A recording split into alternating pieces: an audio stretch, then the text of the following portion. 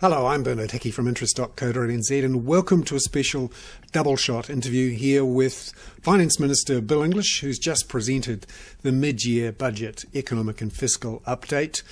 Bill, thank you very much for appearing in another Doubleshot interview. Firstly, what did you find with the mid-year update? What's the accounts looking like?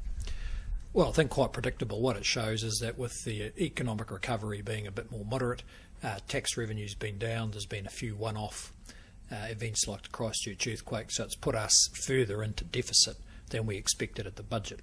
But it has shown that even with reasonably moderate growth assumptions, the government's still on track for a surplus at 2015, 2016, which is where we were headed at the last budget. Can we really afford, though, to be running a cash deficit of 7.7% of GDP? Well, we are this year, and there's not much we can do about that now, but we do have to show a credible path back to surplus. I mean, it is a concern in that public debt cycles are very long. We're pushing up debt, and it won't peak till about 2016 or 2017, and then it could take quite some time for it to get back down to the levels that we started at in 2008. Is this a worry for the Standard & Poor's, which has looked at downgrading a credit rating? I don't think they're so focused on the internal deficit because they can see there is a path there and we've got a framework to manage it, which they understand. They're more concerned with its effect on the external position, and we've been focusing on that for quite some time. And early in the new year, we need to look at the Savings Working Group outputs to see what decisions we can make to prevent our external position from worsening. Because that's where the ratings agencies focus. But the reason they focus there is because it's a real vulnerability for New Zealand when our financial markets are focused on sovereigns with a lot of debt. Isn't the fastest way to improve the national savings rate to simply reduce the budget deficit, though? Well, yeah, the government's got to carry its share of the burden. So we'll be looking at two things. One is how to lock in at least some of the behavioural change in the private sector among households where they are saving more and spending less, and then the other is to see what opportunities there are for government to make its contribution to reducing borrowing and increasing national savings. Any ideas on what direction that could take? Because the Savings Working Group has looked at various tax breaks, or actually has pushed the idea the government should run smaller deficits. Well, I suspect we'll get the same advice from the Savings Working Group as we get from others, and that's for the government to get its deficit down and its borrowing requirement down. We need to keep in mind here that the deficit's forecast to halve in the 11-12 year from where it is, where we're looking at for this year. So we're all on already on a track of fairly significant improvement. The events of this year, though, show there are risks, and that is why we have to do two things: stick very much to the disciplines we put in place already, get the public sector rate of change to pick up pretty strongly over the next couple of years, and to take any opportunities we can find to actually just save more money and borrow less. So the improvement in the budget is because of the rebound in the economy and because exports are likely to improve. It still leaves a structural deficit, though, doesn't it? How are you going to fix that structural deficit? Well, there's an argument over how structural it is. Certainly New Zealand would be in a stronger fiscal position if we hadn't had the upsurge in government spending from 2005 onwards. You could argue that might have added a structural component. My measure of it is whether we can get back to surplus and whether we can then build a bit of a buffer. And my guess is that it won't be till about 2020 before we're clearly in surplus, we're making contributions to the super fund, and there's a bit of a buffer in place. But if the government was able to reduce its structural deficit now or sooner than 2020, the Reserve Bank has pointed out that we could run lower interest rates and a lower currency. Wouldn't it be better to take the pain now, if you like, reduce that structural deficit and let lower interest rates and a lower currency do the work for you? Well, we get that advice, and we pay attention to that within the political constraints that we've really created for ourselves. So in the 2008 election, National made it pretty clear that they weren't going to make significant changes to transfers, that they would have an infrastructure investment program, and that we would be maintaining public services. and that we'd sell no assets. So that put us into pretty much a mode where a lot of the more dramatic actions that people recommend simply aren't on the table for the current government. And as I mentioned today, if we were going to change any of those, including the asset sales, then we would be looking for a mandate in the next election.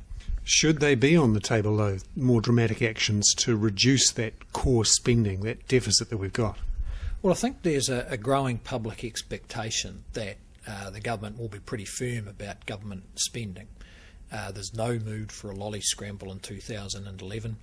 So we'll look at our options in the early part of next year, just in the run-up to 2011 budget, just to see what opportunities there are, particularly to reduce that external vulnerability.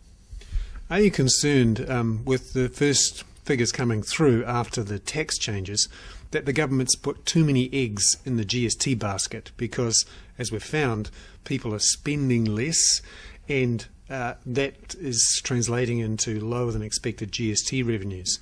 In essence, was the income tax cuts the right way to go? Yeah, we're pretty sure. We're pretty sure about that. It's we can't have it both ways here. If we want a fast recovering economy, well, we can have one with an upsurge in spending and a quick bounce back in the housing market.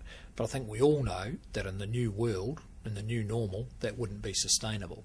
So we think we got the tax switch about right, where we've shifted the incentives, but not in a way that has had a dramatic short-term impact.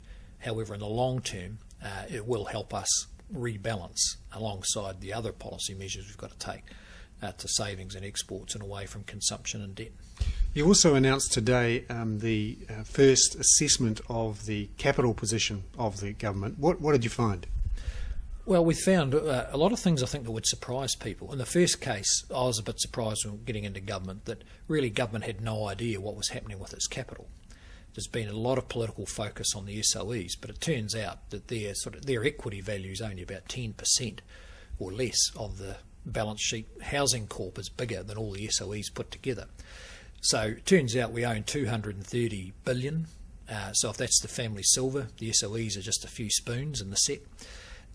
It turns out that some bits of that are managed reasonably well, almost by accident. A lot of it's managed poorly. The opportunity cost of holding $230 billion of capital is about $18 billion a year at the public sector discount rate. So the people who paid for these assets, who are wage and salary earners and people who pay their power bills and their petrol tax, are not getting value for money. So we're focusing on using this as a tool for government to start having an active strategy about how it's managing its demands on capital in a capital-constrained economy. So when you've got small and medium businesses out there scratching around for capital, the government's planning $70 billion of investment decisions over the next 5 years, and you'd have to be brave to say that those are going to be the best decisions that could possibly be made, and that they'll be done better than SMEs would do it. So what options are there for the government to better control that capital spending allocation? Well, we're changing all our internal rules to make the hurdles much higher for the new decisions, because that's probably where we can get the most leverage, is to just stop the waste of new capital, which we are borrowing in these overseas markets where the bank manager's getting a bit grumpy. Secondly, we need to lift the standard of management of these very large asset pools. So education owns $13 billion worth of schools.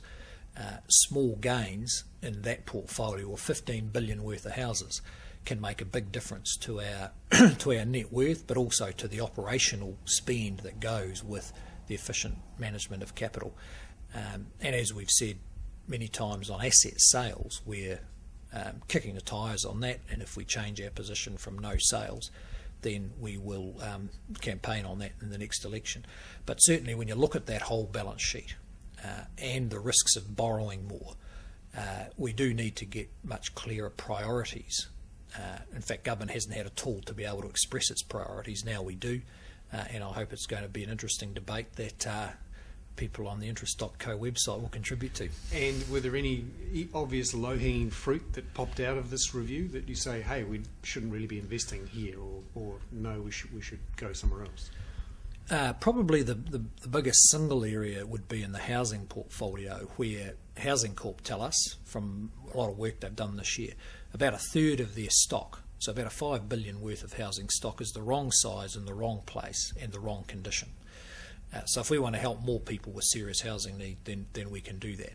We're finding other parts of the government ownership system where there's really no awareness of cost of capital and very little behaviour or focus other than just trying to bid for more capital and no attention to upgrading the use or the management of existing capital.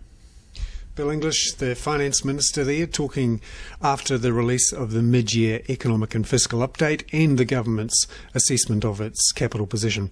I'm Bernard Hickey for Interest.co.nz. That was another in our series of Doubleshot interviews.